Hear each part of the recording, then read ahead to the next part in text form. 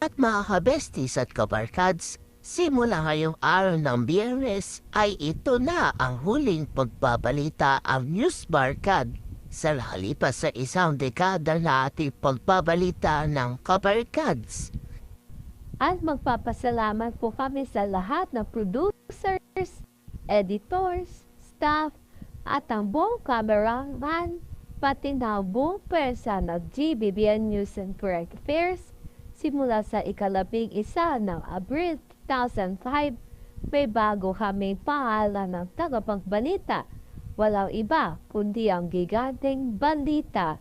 Makakasama niyo rin po kami sa pagpapatuloy na pagbabalita. At yan natin po ang mga balita ngayong Biyernes, ika-8 ng Abril 2005. Ako po si Bong Casey Gigante. At ako naman din po si Shirley Alice Sarabia.